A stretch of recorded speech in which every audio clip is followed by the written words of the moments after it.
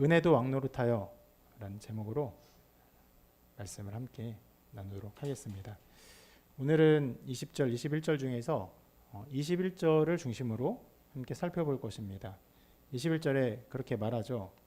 은혜도 또한 의로 말미암아 왕노릇하여. 은혜가 어떻게 왕노릇하는가, 그것이 어떤 의미를 가지고 있는가 함께 살펴보고자 합니다. 21절은 20절에 이어진 내용이죠. 앞의 내용과 함께 연결된 진술입니다. 그래서 앞에 그 20절도 잠깐 살펴볼 텐데 20절 내용은 우리가 3주 전에 함께 살펴보았습니다. 20절의 내용은 바로 이제 율법의 용도에 대한 진술입니다. 율법이 들어온 것은 이라고 말하면서 율법의 용도를 말하죠. 그렇게 바울이 율법의 용도를 진술하는 이유는 로마서 1장부터 5장까지 진술을 해오면서 바울이 아주 중요하게 말한 게 무엇입니까? 율법은 우리를 구원하지 못한다. 심지어 그 반대로 율법은 우리를 정죄하는 용도로도 쓸모가 없다라고까지 말을 해요. 우리가 왜 정죄됩니까? 그것은 아담 때문에 그래. 아담의 한 범죄 때문에 우리가 정죄되는 것이 율법 때문이 아니다라고 말을 합니다. 그렇기 때문에 율법에 대한 어떤 쓸모가 무엇인가, 이것을 이제 이야기할 필요가 있는 것이에요. 뭐라고 합니까? 율법이 들어온 것은 범죄를 더하게 하려 함이니. 우리가 이거 살펴보았어요. 어떤 식으로 합니까? 죄의 지식을 증가시키고 죄에 대한 우리의 깨달음을 증가시킵니다. 율법이요. 심지어는 우리를 죄 속으로 몰아넣어요. 율법적 지식을 통해서 죄를 깨닫는다고 해서 율법을 벗어나야겠구나. 실은 그런 마음가짐도 갖게 돼요. 그러나 무능해요. 그래서 어떻게 됩니까? 죄를 더 낳고 죄를 더 짓는 방향으로 사람은 가게 돼요. 그렇게 율법은 어떤 면에서는 써는 것처럼 범죄를 더하게 합니다. 그걸 증가시켜요. 그런데 그것이 우리에게 큰 유익이 되죠. 20절에 이렇게 기록하죠. 죄가 더한 곳에 은혜가 더욱 넘쳤나니. 네, 죄가 많은 곳에 은혜가 더욱 많이 흘러 넘칩니다. 사함을 많이 받은 사람이 더 많이 감사한 법이죠. 자, 그러한 교리를 우리가 20절을 보면 살펴보았기 때문에 실천적 교훈도 살펴보았습니다. 죄 때문에 은혜를 안 주시지 않는다. 그리고 죄 때문에 하나님의 은혜가 줄어들지 않는다. 그 말들은 죄로 인해서 물러가는 것이 아니라 실은 죄 가운데 하나님께 더욱 나아가야 함을 우리에게 가르쳐 주는 것입니다. 그렇게 20절은요. 율법이 우리의 범죄 상태를 더 크게 드러내고 그렇게 죄가 많아진 곳에 하나님의 은혜가 더욱 넘쳤다. 이것을 말해요. 즉 20절의 핵심이 무엇입니까? 죄가 우리에게 미치는 어떠함, 더 나아가 은혜가 우리에게 미치는 어떠함을 말하는 것이죠. 여러분, 그것이 그 지점이, 죄가 미치는 우리의 삶의 지점이 실은 우리의 삶의 모양을, 우리의 삶의 어떤 중심된 진수를 드러내줍니다. 인간의 삶은요, 다른 피조물이 살아가는 삶과 다릅니다. 매우 달라요. 생물학적으로 같은 어떤 포유류, 동물로 이렇게 분류하면서 그런 면에서는 다를 게 없어요. 먹고, 마시고, 자고, 생육하고, 번성합니다. 그런 일들 동일하게 해요. 그런데 인간은요, 실은 굉장히 많은 것, 특히 무엇입니까? 죄로 인해서 고통받습니다. 동물이 그렇습니까? 우리 교회 주변에 고양이가 많은데 고양이가 죄로 인해 고통받습니까? 그렇지 않죠. 먹을 것이 없어 고통받아요. 짝짓기 할 대상이 없어서 고통받기도 합니다. 그러나 죄로 인해 고통받는 것은 아니에요. 인간은 달라요. 인간도 동일하게 먹을 것이 없어서, 마실 것이 없어서 잠잘 곳이 없어서 때로 고통받을 때가 있지만 실은 그런 것들이 아니라 주로 많은 죄악으로, 어떤 죄악으로요? 미움, 다툼, 시기, 질투, 욕망으로 인한 수많은 중독들.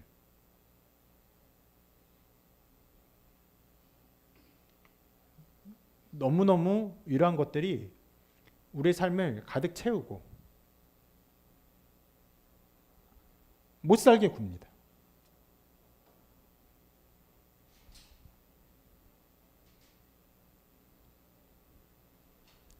그 어떤 사람도 물론 완전 보편적으로 뭐 명제처럼 말할 수는 없겠지만 어떤 사람도 먹을 것이 없어서 정말 큰일 났습니다. 이런 사람을 여러분 주변에서 볼 수는 없을 것입니다. 당장 이 안에 있는 어떤 사람도 오늘 점심을 먹을 것이 없어서, 저녁 먹을 것이 없어서 큰 괴로움과 고통을 가지고 있는 사람이 있습니까? 그러나 여러 죄악들, 실은 몇 가지만 써놓은 것이에요. 미운, 다툼, 시기, 질투, 여러 중독들, 욕망, 정욕들. 이건 우리에게 실제하는 문제예요. 이런 것도 우리를 끊임없이 괴롭힙니다. 게다가 죄가 인간에게 미치는 큰 영향은 무엇입니까? 자기의 문제가 죄로 인한 것임을 잘 알지 못하게 해요. 그러니까 자기의 문제거든요. 자기의 죄로 인한. 근데 굉장히 그 문제가 자기로부터 나온 것이 아니라 다른 사람으로부터 온 것이라고 생각을 합니다. 외부에 문제가 있다고 착각하게 만들어요. 그래서 고통해요.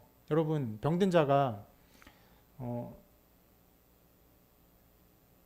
그 병의 근원을 알지 못하면요, 그 증상만 알고 있다면 고치지 못하죠. 동일한 죄 가운데 계속 고통당하는 것이에요. 죄도 마찬가지예요. 자기로부터 말미암아 나온 그 모든 것들을 그 근원된 증상을 알지 못하고 살아가요. 고통당합니다. 괴로워합니다. 그렇게 여러분, 인간 사회는요, 죄로 넘쳐납니다. 그리고 죄가 그렇게 넘쳐나는 인간 사회를 볼 때 어떤 면에서는 이렇게 말할 수 있는데 인류에게는 소망이 없어요.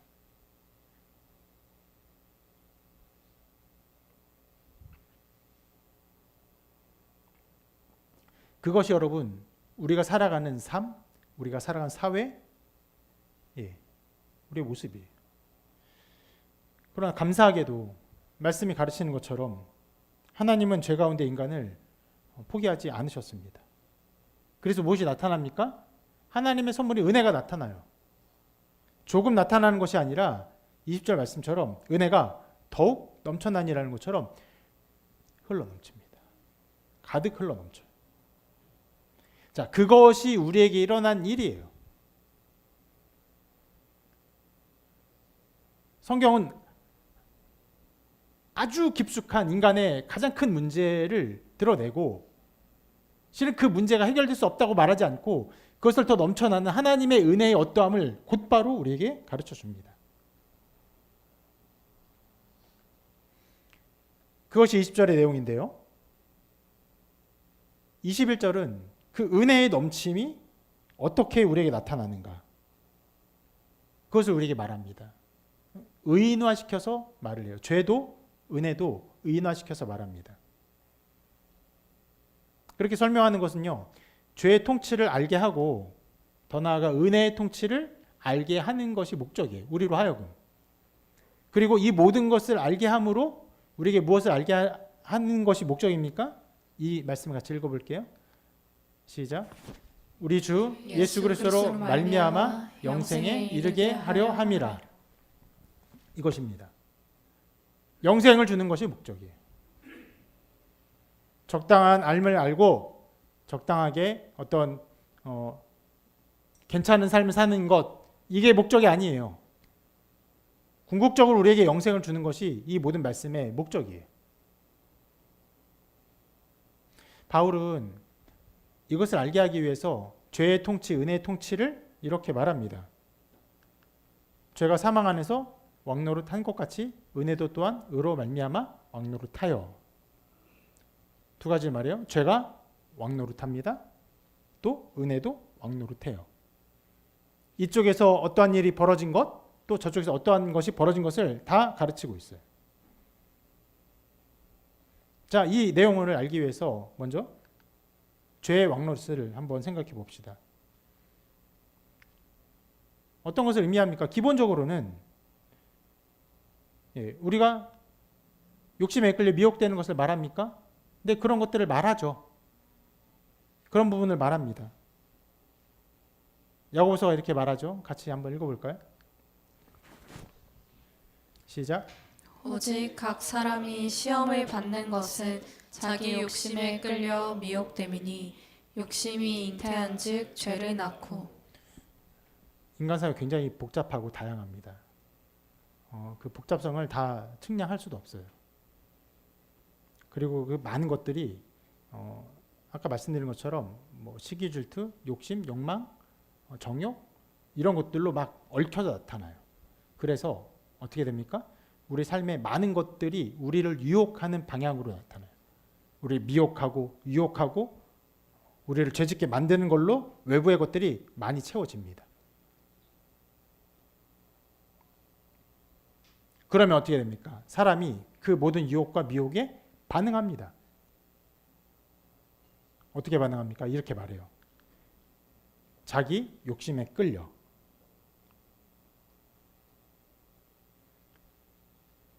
이것이 우리의 상태예요. 자기 욕심에 끌려요. 어떤 면에서는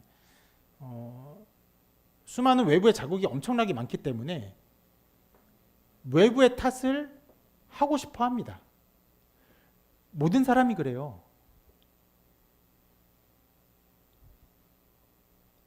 자녀가 잘못되면 친구를 잘못 만나서 때로는 선생님을 잘못 만나서 그렇게 말하기도 합니다. 성경은 실은 외부에 문제가 있느냐? 말해요. 많은 것들이 있어요. 그러나 근원적으로 무엇입니까? 자기 욕심에 이끌리는 것이에요.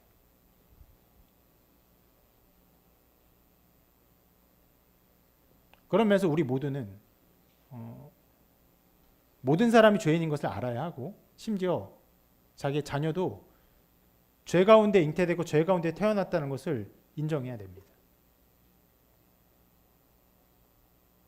그런데 그러한 정도를 가지고 죄의 왕노릇이라고 말하기는 어려울 것이에요. 그냥 죄가 나타난 양상이라고 말할 수 있을 거예요. 이 죄인의 비극, 이 죄의 비극은 무엇이냐면 그 밑에 나온 것처럼 죄가 통치한다는 것이에요.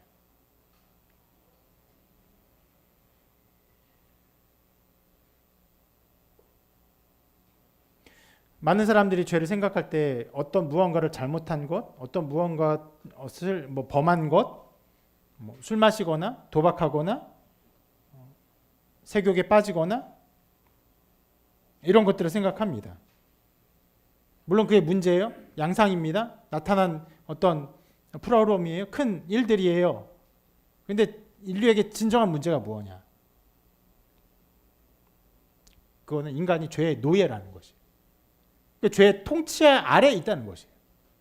무엇입니까? 실은 우리가 이 부분은 사회적으로 쉽게 체감하기는 어려워요. 노예라는 단어를. 노예가 없으니까요. 물론 현대의 어떤 직장 생활이 일종의 옛날의 노예 계급의 다른 형태다라고 말하기도 하지만 다르죠. 직장 생활이 아무리 고되고 힘들어도 결국 그만둘 수 있는 자유가 있잖아요. 노예는 그럴 수 없어요. 거부하면 죽는 거예요. 죽여도 괜찮아요. 시키면 하는 거예요. 하라는 대로 하는 것입니다. 그것이 인간의 상태예요. 죄가 뭔가를 시켜요. 죄에 빠져요. 어느 정도를 계속, 어느 정도를 계속요. 끝없이, 한없이. 그것이 인간의 상태라고 성경은 말해요. 인간의 상태는요, 살다가 죄를 지어요. 어쩌다가 죄를 짓고 돌이키고 그것을 죄를 안 짓고 이런 상태가 아니라고 말합니다. 죄의 왕노릇 안에 있어요. 죄가 무언가를 하게 해요. 합니다. 말 그대로 처음엔 어쩌다가 할 수 있어요. 주변의 상황이 맞아서 유혹에 빠져서 말 그대로 친구들의 꼬드김에 넘어가서 어쩌다가 할 수 있어요. 그러나 그 모든 것은 자기의 욕심에 이끌린 것이고 그리고 어떻게 됩니까? 능동적으로 계속해요. 나중에는 그 죄악의 왕처럼 행동합니다.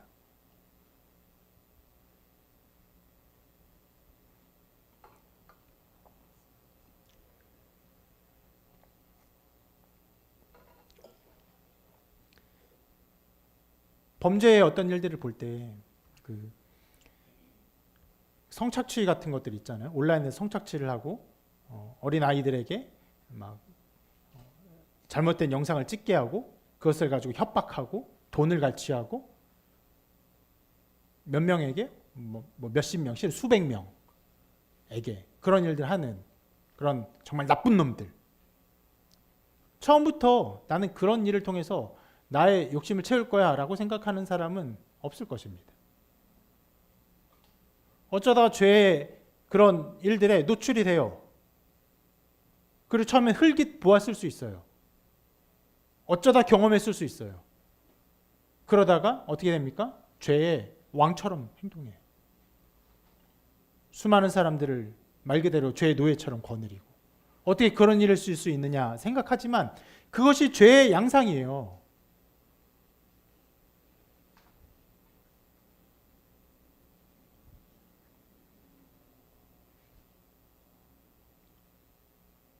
그렇게 죄는 왕노릇합니다.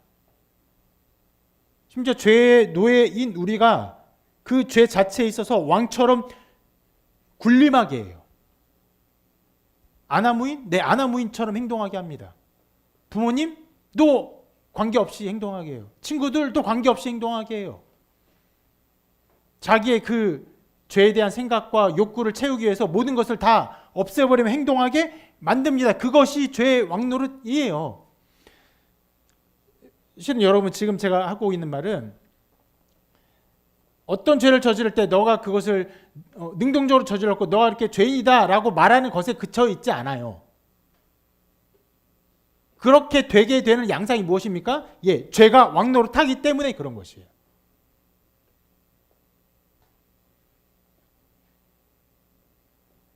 세상 사람들은 어떤 사람이 그런 악한 죄를 저지르면 뭐 두 가지 반응이 있어요. 한가는 뭐 미친놈이다. 그냥 정신 헷가닥해서 그냥 저질렀다. 아니면 그렇게 막 악한 자로 태어났기 때문에 그렇게 행동하는 것이라 생각해요. 실은 그 모든 말들이 다 잘못된 것이에요. 더 근원적인 것이 있어요. 무엇이에요? 죄가 왕노릇 하는 것이에요. 공중의 권세 잡은 자 사단 마귀가 왕노릇 하여서 사람들을 미혹하고 죄 짓게 합니다. 물론 그렇다고 해서 그 죄의 어떤 능동성이 사단에게 있고 사람에게는 없습니까? 아니요. 너무 교묘해요. 사람이 능히 자기의 능동성을 가지고 죄 짓게 만듭니다. 그래서 그 누구도 죄를 나는 누구 때문이에요 라고 말할 수 없어요. 죄는 자기의 책임이에요. 그렇게까지 만듭니다. 세상에서는 어떤 죄를 짓으면 그 사람이 너 죄를 저질렀지 그 죄에 대한 죄값을 받아라 징역 10년을 살아라 이렇게 하고 그 죄에 대한 처벌을 끝냅니다. 실은 그 모든 것들은요 아주 제한적이에요. 왜요? 죄의 근원까지 가지 못해요. 죄의 근원이 무엇입니까? 실은 그 사람에게 있지 않아요. 말씀이 말해요. 죄가 왕노릇해요. 마귀로부터 죄가 우리를 왕노릇하고 통치합니다. 그래서 써 있는 것처럼 인간에게는 소망이 없어요.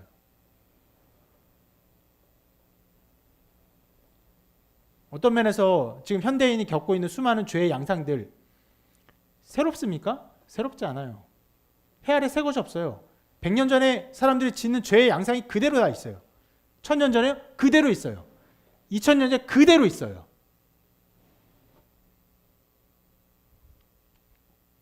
아까 말했듯이 어떤 온라인에서 성착취를 하는 그런 기가 막힌 말도 안 되는 죄악. 옛날에는 없습니까? 옛날에는 말 그대로 무력을 가지고 수많은 사람을 성노예로 부리는 일이 실제로 있었죠. 다르지 않아요. 다 동일하게 나타나요. 여러분, 그것이 인간의 삶이라고 성경이 말해요. 제가 왕노릇합니다. 어느 한순간도요. 어느 사회에서도 죄가 왕노릇하지 아니한 사회와 그런 양상이 나타나지 않은 때가 없어요.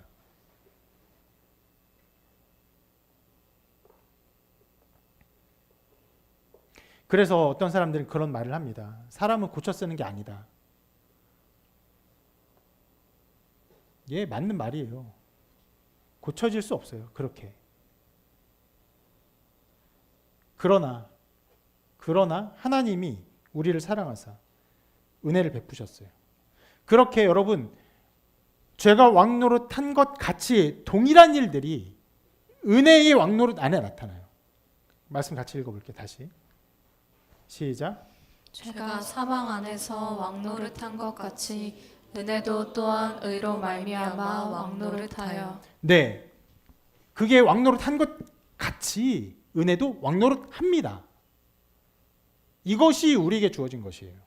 여러분, 이 말의 의미를 잘 생각하고 우리에게 주어진 은혜, 우리에게 주어진 복음을 어떻게 우리가 생각해야 할지를 깊이 생각해야 합니다.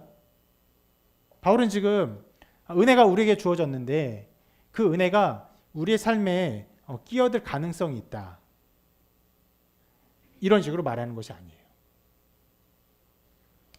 하나님의 자비로서 우리에게 은혜를 제공하고 있다. 이렇게 말하는 것이 아니에요. 그런 미약한 가능성으로, 미약한 어떤 제안으로 말하는 것이 아닙니다. 여러분, 뭐라고 말합니까? 왕노릇이에요. 왕노릇이 제안이에요? 왕노릇이 권면이에요? 아니죠. 통치예요. 다스림이에요. 은혜는 가능성이 아닙니다. 그렇게 할 수 있는 어떤 하나의 제안이 아니라 은혜는요, 역사하는 것이에요. 만일 은혜가 그렇게 하지 않으면요, 한 사람도 구원받지 못합니다. 은혜는 역사하되 왕으로 역사합니다. 권능자로, 전능자로 역사해요. 사도 바울의 이 모든 말씀의 주된 목표가 그것입니다.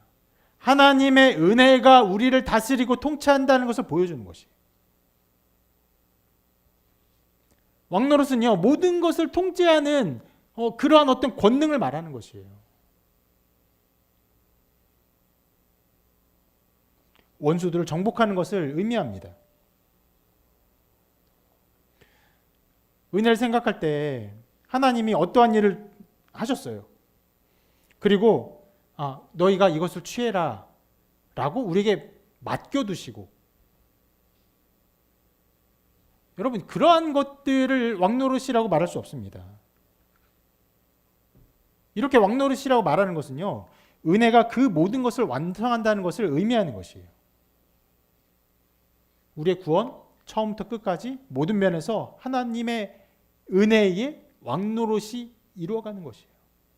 그렇지 않으면요, 우리는 실패할 수밖에 없어요. 구원의 모든 부분이 은혜에 속한 것입니다. 만약 하나님의 은혜가 구원을 시작하고, 자, 좋은 출발을 내게 주었다, 이제 나머지는 내게 맡긴다, 이렇게 말하면요, 실제로 많은 사람이 그렇게 느낍니다. 그러면 우리는 실패할 것입니다. 왜요? 우리는 우둔해요. 어리석어요. 무지해요.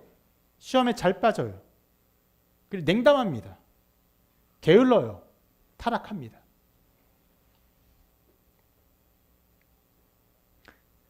구원사에게 어떤 면에서라도 우리에게 맡겨진 것이 있다면 우리는 완전히 패망으로 끝날 수밖에 없습니다. 바울은 이 은혜의 주권성과 능동성, 그 권능과 능력을 드러내기 위해서 일부러 이 왕의 비유를 말하고 있어요. 왕의 통치. 그럼 여러분, 왕의 통치를 말할 때 우리가 어떤 왕조를 이야기할 때, 왕가 이야기를 이야기할 때, 그거를 설명할 때 그 왕이 어떻게 태어났는지, 그 왕조가 어떻게 시작되었는지부터 시작을 하죠. 그러면 여러분, 이 은혜의 왕조는 어떻게 존재하기 시작했습니까? 성경은 여러 면에서 이 은혜의 왕조의 시작을 말하는데 한 구절이 그것을 좀 잘 나타냅니다. 이 구절 한번 읽어볼게요. 시작. 그는 창세 전부터 미리 알린 바 되신이나 이 말세에 너희를 위하여 나타내신 바 되었으니. 네. 창세 전부터 미리 알리신 바 되시니나. 그러니까 창세 전부터 알려졌다는 거예요. 우리를 위해서 구원자로 오신 예수 그리스도가 창세 전부터 그렇게 알려졌다라고 말합니다. 하나님의 왕국이 설립된 것은요, 그 은혜의 왕국에 설립된 자리는 그 시간은요, 언제요? 창세 전이에요. 이렇게 말하면 실은 우리가 이해할 수 없는 자리가 생겨납니다. 세상을 만들기 전부터 우리를 구원하기 위해서 은혜의 자리가 만들어졌다면 그럼 아예 타락을 염두에 두고 타락할 것을 이미 아시고 그렇게 만드신 것인가? 이렇게 하나님의 창조의 완전성에 대한 의구를 말할 수밖에 없어요.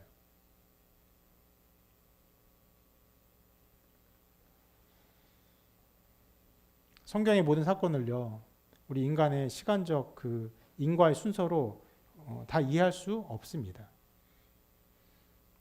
실은 우리가 전에 한번 그 양자역학의 이야기를 한번 살펴보았죠. 물리학에서도 모든 것을 시간의 인과관계로 다 설명하지 않습니다. 그럴 수 없어요. 그런 것들이 물리학에도 나오는데 여러분, 하나님의 창조, 시간이 있기 전부터 존재하신 하나님의 계획, 시간이 있기 전이라는 것은 실은 말이 성립이 안 되죠. 전이라는 것 자체가 시간을 전제로 기준을 삼기 때문에 그 말 자체가 여러분 머릿속에 받아들여져서는 안 되는데, 그것을 받아들이는 것은 그것이 우리가 이해할 수 있는 최선이기 때문에 받아들이는 것이고, 실은 그것을 이해할 수 없기 때문에 세상이 창조되기 전, 시간이 창조되기 전부터 하나님이 구원의 계획을 세우셨다는 것은 실은 우리의 인간의 입장에서는 어떤 면에서도 이해할 수 없는 지점들이에요. 그럼에도 불구하고 하나님이 그 모든 것을 그렇게 이루셨기에, 창세 전부터 그 모든 것을 그리스도 안에서 그 구원을 이루셨기에 성경은 그것을 그렇게 선포합니다. 성부와 성자와 성령 삼일체 하나님의 영원한 회의에서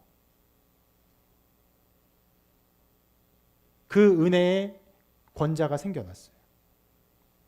태초에 구속 언약이 이루어졌습니다.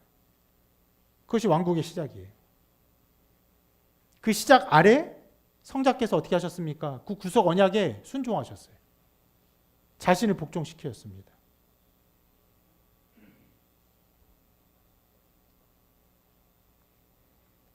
그러면 그렇게 시작된 이 은혜의 보좌, 은혜의 왕국의 역사적인 면을 한번 생각해 보겠습니다. 태초에 성삼위 하나님께서 그 구속의 언약을 약속하시고 그 통치를 시작하신 이래로 인류의 역사는요, 은혜가 자신의 통치를 드러내는 역사였어요.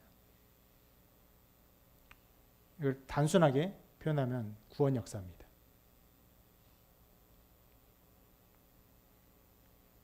최초의 하나님이 자신의 구원의 뜻을 언제 밝히셨습니까? 아담과 하와가 타락했을 때. 무엇이라고 하셨습니까?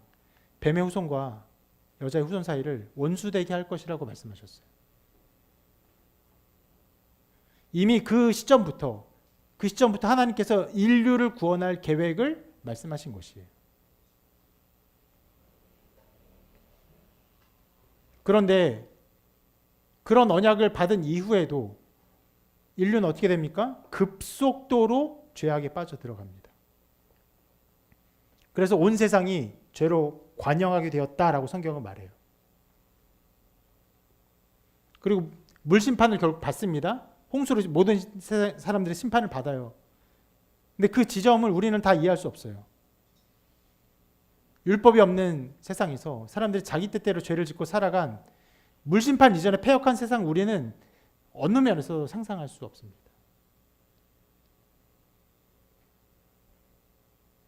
그 사회가 어떤 사회인지.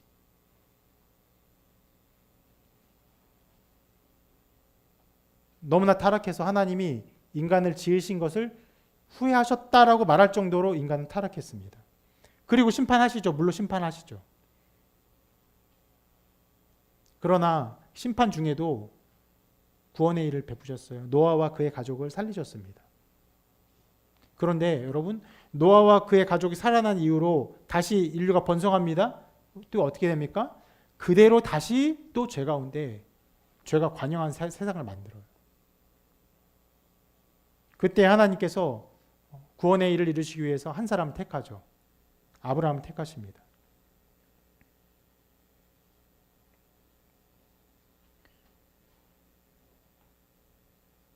그리고 그가 100세가 되어 이삭을 낳고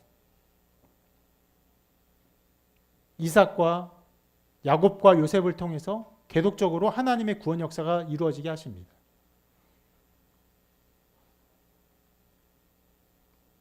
그런데 이 구원 역사 중에 하나 아주 좀 어떤 면에서는 그 죄의 양상이 또 나타나요. 뭐냐면 유다가 다말이라는 여자에게서 베레스를 낳게 되는데 실은 이 다말이 어떤 여자냐?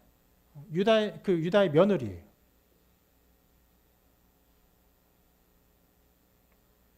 근친상간을 통해서 자녀가 태어났는데 그 자녀를 그냥 멸해버리지 않아요. 그런 혈통 가운데 하나님의 구원 역사가 이루어지게 하십니다. 나중에는 또 이런 것도 나와요. 다윗이 솔로몬을 낳았는데 솔로몬의 어머니가 누굽니까? 예. 솔로몬의 어머니는 다윗이 자기의 부하인 우리아에서 빼앗은 아내 밧세바예요.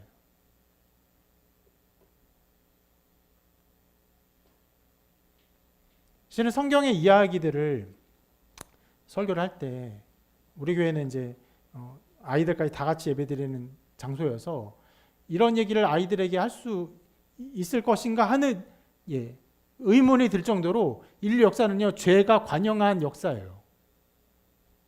하나님의 은혜의 어떤 걸음들, 유다 중요한 지파예요. 핵심 지파입니다. 다윗, 솔로몬, 여러분 이보다 더 중요한 사람이 없다고 말할 수도 있어요. 그런 여러분 일들에서 인간의 죄가 계속 드러나요. 인간의 악함이 계속 나타납니다. 그러니까 죄가 관영해서 죄가 통치하는 일들이 계속 나타나는 것이. 그러나 그런 가운데도 하나님은 구원의 역사를 포기하지 아니하시고 은혜의 일을 계속 이루어 가십니다.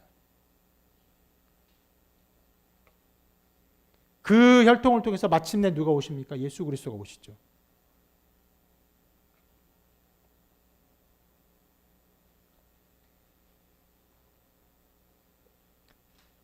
그리고 초대교회가 시작된 이래로 지금까지 은혜는 왕노릇합니다. 여러분, 초대교회가 시작된 이래로 교회가 얼마나 많은 위험에 빠졌습니까? 먼저는 이단과 핍박자들이 엄청나게 많았어요. 수많은 이단들이 생겨났습니다. 수많은 교회를 핍박하는 사람들이 생겨났어요. 그뿐 아니라 교회는요, 그 내부에서 심각하게 부패했습니다.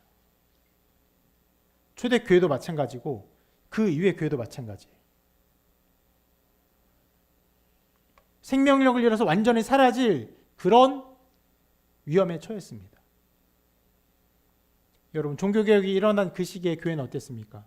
실은 그때는 종교개혁을 이루기 바로 이전의 교회는 어떤 면에서 카톨릭 교회밖에 없었죠.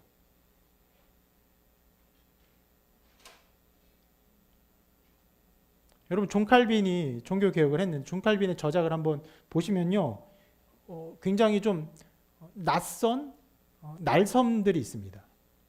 뭐냐면 카톨릭을 어마무시하게 공격해요. 마귀의 앞잡이 수준으로 공격합니다. 적그리스도라고 공격할 정도예요. 여러분, 그 당시에 카톨릭 교회가 이 세상에 있는 교회 전부였는데 수많은 무지가 그 안에 가득 차 있어요. 성직자들 성경을 알았습니까? 몰랐어요. 사람들의 성경을 알게 하는 것이 허용됐습니까? 허용되지 않았어요. 그래서 종교개혁이 있기 전에 종교개혁 이전 종교개혁자들이 있어요. 숨어있는 종교개혁자들. 그 사람들이 성경을 사람들에게 알게 하는 것이 중요하다라고 해서 성경을 모국어로 막 번역하기 시작했습니다. 그런 사람들마다 다 죽임당했어요. 다 불태워지고. 누가 그렇게 했습니까? 교회가 그렇게 했어요.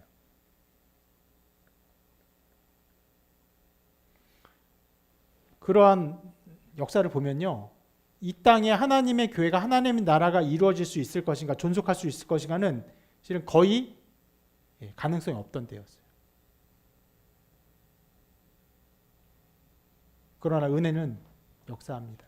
통치예요. 많은 사람이 죽었어요. 종교개혁 이전에 수많은 이전 종교개혁자들이 불타 죽었습니다. 그러다 마침내 종교개혁의 횃불이 들려지고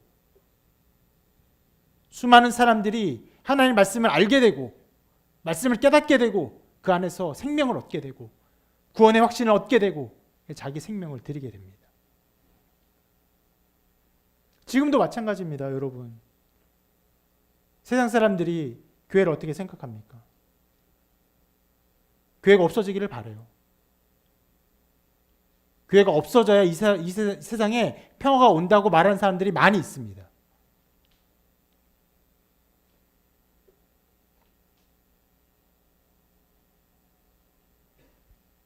심지어 게다가 잘못된 가르침을 가르치는 이단들이 얼마나 특세합니까?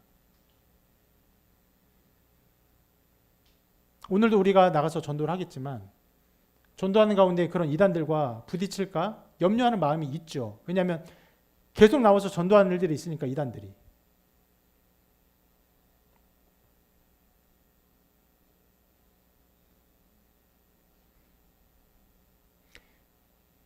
그렇게 은혜가 이 세상의 어려움과 환난과 고난과 어떤 면에서 죄의 왕노릇에서 은혜가 왕노릇합니다. 이루어가게 하세요. 승리하게 하십니다.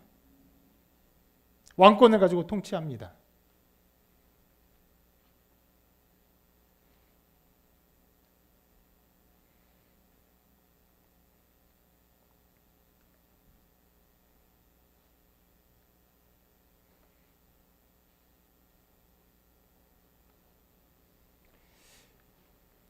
그것은 여러분 각 개인에게도 마찬가지로 적용할 수 있을 거예요. 은혜가 여러분들을 통치하지 않는다면 여러분들이 믿음 가운데 설 수 있을까?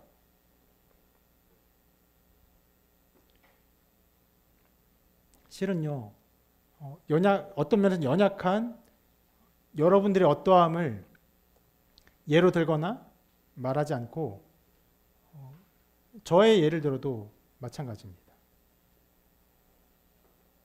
조금은 다른 양상이긴 하지만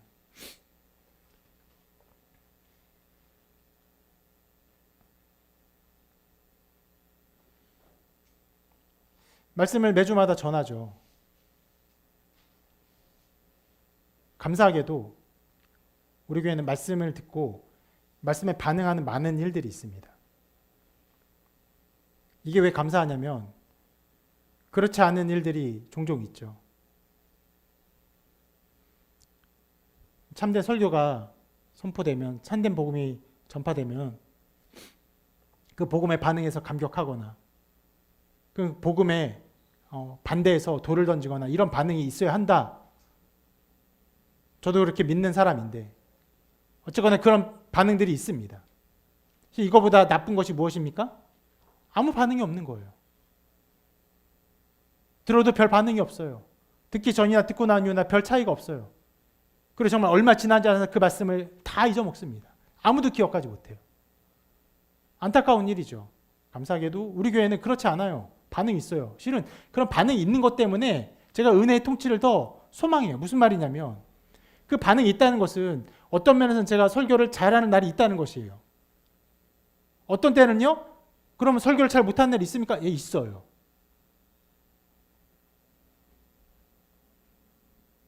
실은 그래서 두려운 마음이 있습니다. 어떤 면에서는.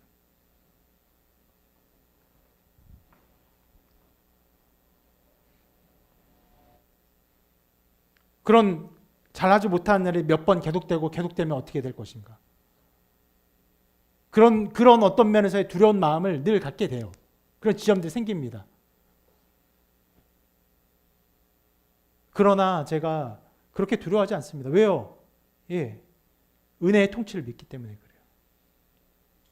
은혜가 통치하세요. 때로는요, 정말 때로는 설교 전체가 어떤 면에서 연약함밖에 없어요. 논리의 정교함이나 말씀의 명료함이나 예화의 선명성들이 다 애매해, 부족해요. 그럼에도 불구하고 하나님이 그것을 사용하세요. 또 어떤 때는요, 말씀을 전했는데 말씀에 대한 막 반감들이 있어요. 근데 그 반감들도 사용하세요.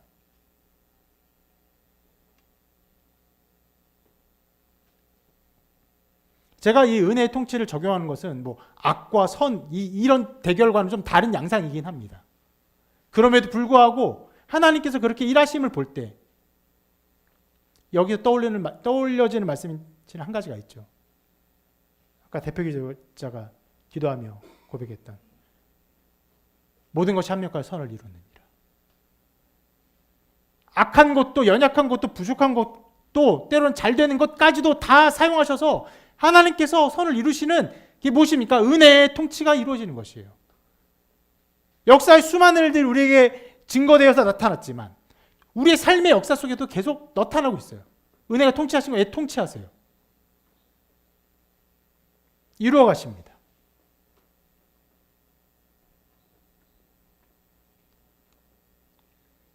제가 굉장히 실천적인 부분, 우리의 현재적인 부분까지 얘기했지만 실은 말씀은 더 깊은 많은 시간들을 우리에게 보게 요구하고 있어요.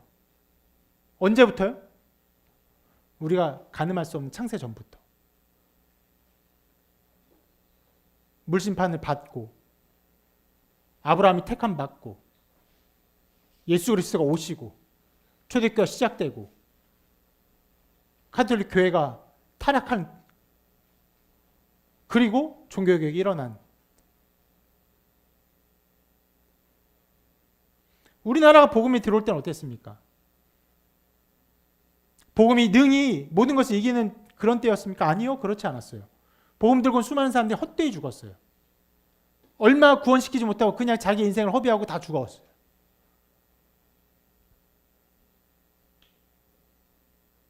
그러나 은혜가 통치합니다. 은혜가 일을 하세요.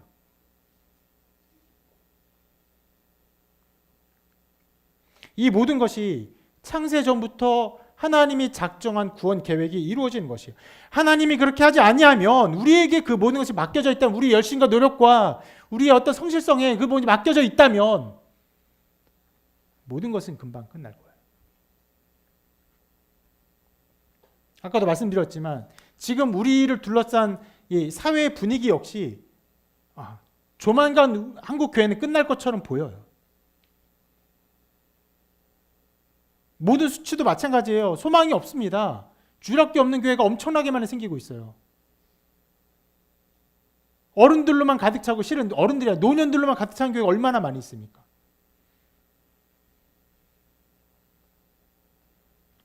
목회자 정년을 연장해야 된다는 목소리가 많이 나오고 있습니다. 왜 그런지 아십니까? 시골에서 목회자가 70세 넘어서 은퇴해야 되는 은퇴하면 이제 그 뒤에 목회할 사람이 없어서 교회를 폐쇄해야 되는 거예요. 그런 모든 것들을 볼 때 이제 교회는 이제 끝날 것 같이 보여요. 우리 교회도 연약한 교회인데 감사하게도 청년들은 여러 명이 함께 모여 예배합니다. 근데 우리 아이들 생각할 때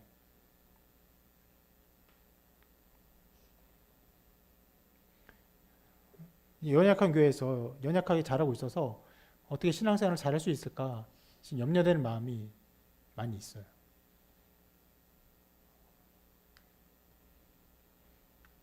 그러나 은혜가 통치하십니다. 은혜가 그 일을 이루어 가세요. 그리고 은혜의 통치의 한 성격을 말씀 한번 보도록 하겠습니다. 여러분, 은혜의 통치의 성격은 무엇입니까? 어떤 종류의 통치입니까? 그 모든 왕조는 그 나름대로의 통치의 성격을 가지고 있어요. 우리나라는 뭐 민주주의를 가지고 있고 뭐 사회주의를 가지고 있는 공산주의를 가지고 있는 나라도 있고 또 어떤 왕조는 굉장히 엄격하고 철권 통치를 하는 나라도 있고 어떤 나라는요 굉장히 너그럽게 평안하게 그런 통치를 하는 나라도 있어요. 말씀 뭐라고 말합니까? 은혜 통치의 성격을 이렇게 말해요. 의로 말미암아라고 말합니다.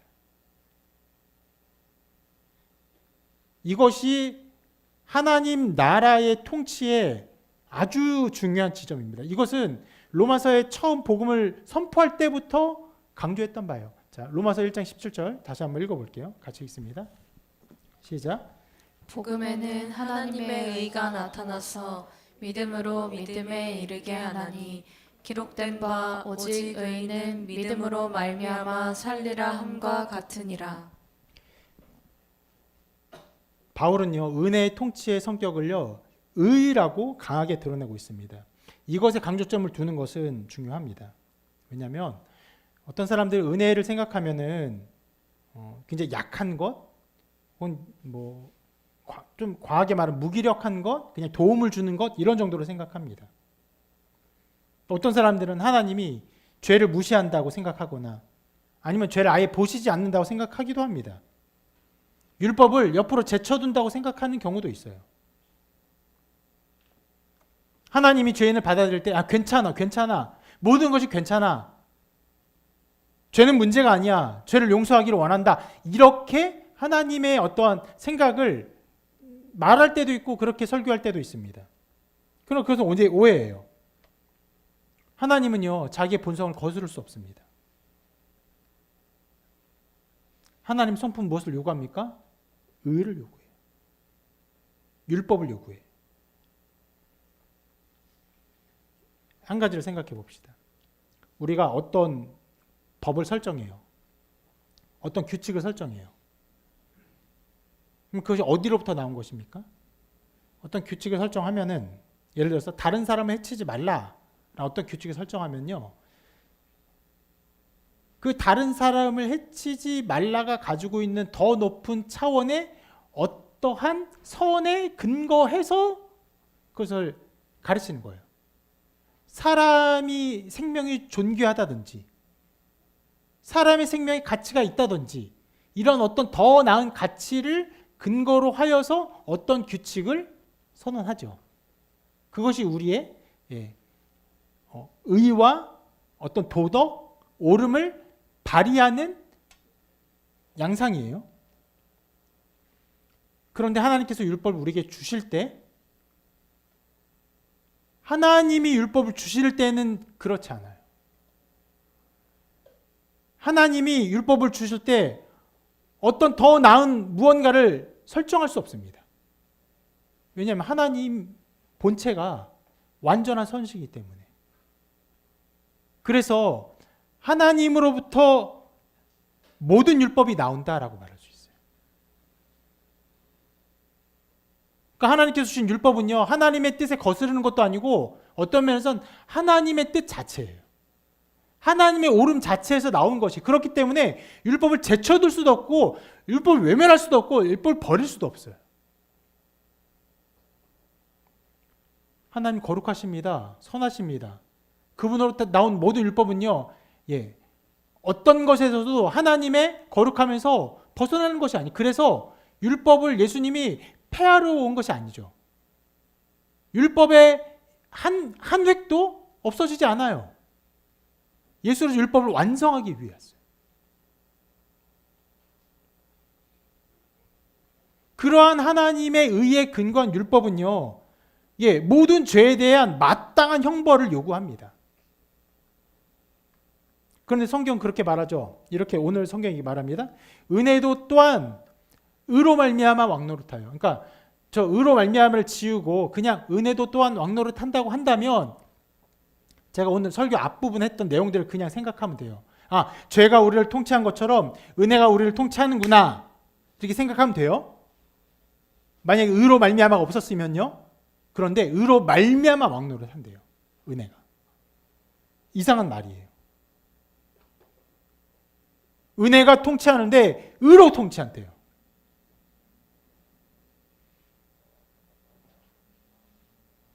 어떤 면에서는 자비로 통치하는데 권위로 통치하는 것과 비슷한 거예요. 이룰 수 없는 일이죠. 여러분, 이 이룰 수 없는 일을 위해서 어떤 일이 일어났습니까? 성자 하나님이 인간이 되셨습니다. 놀라운 일들이에요. 이룰 수 없는 일을 이루기 위해서 있을 수 없는 일이 일어났습니다. 무한한 존재가 유한한 존재가 되셨어요. 근데 인간이 되실 뿐 아니라 어떻게 하셨습니까? 율법 아래 오셨어요. 여자에게서 나게 하시고 율법 아래 오셨어요. 아까 말한 것처럼 자, 율법은요, 하나님의 뜻 그 자체예요. 그럼 율법 자체는요, 성자신 그리스도 자체라고도 말할 수 있는데 그 율법 아래에 예수께서 오셨어요. 율법이신 분이, 의이신 분이 율법을 이루실 존재로 그 아래 오셨어요. 그리고 어떻게 했습니까? 율법의 1.1회까지도 다 완전하게 이루셨어요. 온전하게 이루셨습니다. 하나님을 사랑하고 이웃을 사랑하셨어요. 온전하게 사랑하셨어요. 그뿐 아니라 율법이 말하는 진노, 죄를 어긴 자에게 내리는 하나님의 진노, 형벌, 이 모든 것까지 다 받으셨습니다.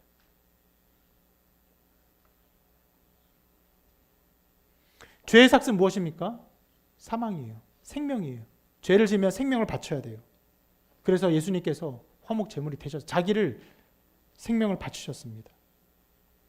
몸소 그 진노를 다 받으셨어요. 그러니까 주님이 우리를 용서하신 것은요, 그냥 용서하신 것이 아니에요. 말씀이 이렇게 말하죠. 그가 채찍에 맞음으로 우리가 나음을 입었다. 죄에 대한 모든 진노를 자기 몸에 받음으로 말미암아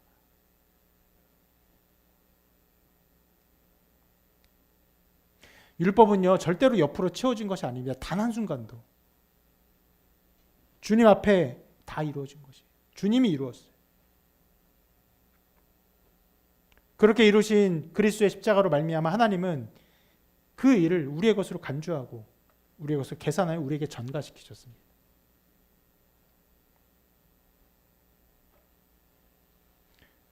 여러분, 이것이 은혜가 의로 말미암아 왕노릇하는 방법입니다. 무엇입니까? 십자가예요. 십자가예요.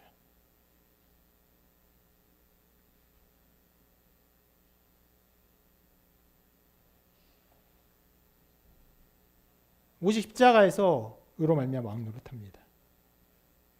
그러므로 우리는 은혜와 의를 분리해서 생각해서는 안 됩니다.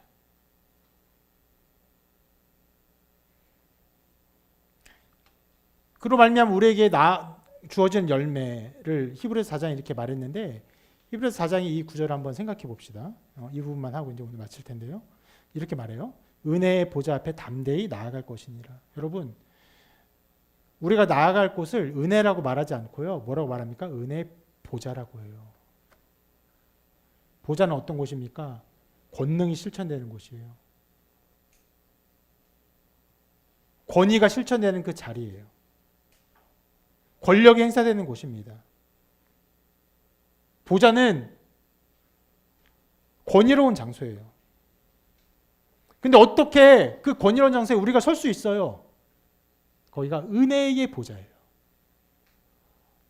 실은 이 말도 정말 이렇게 맞지 않는 말이 섞여 있는 것이죠. 은혜인데 보좌예요. 은혜인데 보좌예요. 우리는 이 두 가지면 언제나 기억하고 있어야 합니다. 기도할 때마다 우리가 보좌에 나가는 것을 기억해야 돼요. 거룩한 하나님, 의로우신 하나님께 나아감을 기억해야 됩니다. 어떤 사람은 그런 것들을 잊어버려요. 친숙하게 기도합니다. 그것은 자기가 은혜의 보좌 앞에 있다는 것을 잊고 있는 것이에요. 하나님을 친밀하게 말하면 된다고 생각하는 것입니다. 그러나 잘못된 태도예요.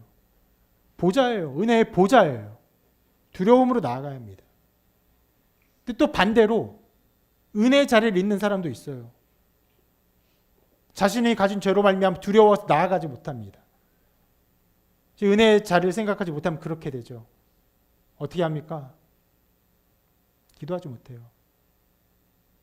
말하지 못해요. 두려워요. 우리는 이 두 가지 잘못을 범하지 않고 온전히 나아가야 합니다. 그래서 우리가 가져야 할 태도가 무엇입니까? 예, 저기 써 있죠. 담대히. 여러분, 이 담대히, 담대함은요, 아주 놀라운 용어예요. 여러분, 혹시 이 질문 한번 대답해 보세요. 친구에게 나갈 때 담대하게 나아갑니까?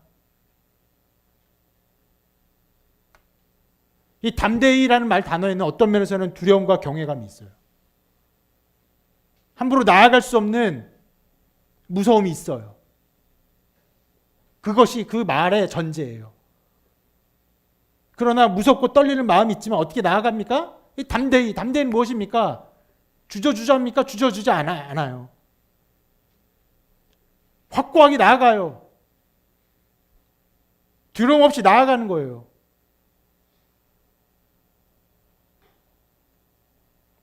그것이 우리에게 필요한 것입니다. 무엇 때문에? 거룩하신 보좌 앞에 십자가로 말미암아 은혜의 보좌에 나가는 것이죠. 보좌인데 은혜의 보좌예요. 은혜가 통치하는데 의로 말미암아 통치하는데 은혜가 다스리는 거예요. 십자가로 말미암아 우리를 다스려요. 그렇게 나아가야 합니다. 두려운 하나님이지만 무서운 자리지만 우리가 떨리는 마음이 있지만 떨림이 아니에요. 담대함이에요.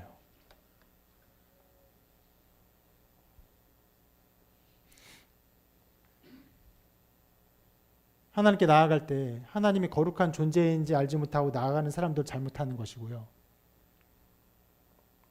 그런데 그보다 더 잘못하는 것이 있습니다. 하나님이 그 거룩한 자리에 나올 수 있도록 무엇을 하셨습니까?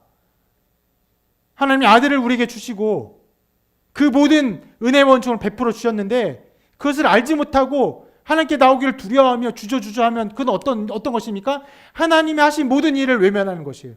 하나님이 하신 모든 일을 무시하는 것이에요.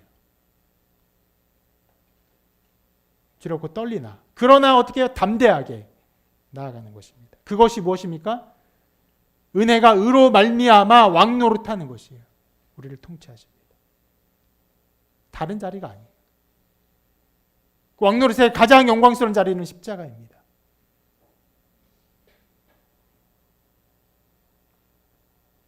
하나님이 이루신 그 일을 바라보며 은혜가 의로 말미암아 통치하는 십자가만을 바라보며 한배 담대히 나아가십시오. 하나님께서 나오는 모든 자에게 정말 좋은 것을 우리에게 허락하실 것이고 죄의 통치에서 벗어나게 하시고 은혜의 통치 아래 우리를 살게 하실 것입니다. 그런 은혜가 여러분 가운데 가득 충만하시기를 주님의 이름으로 축원합니다.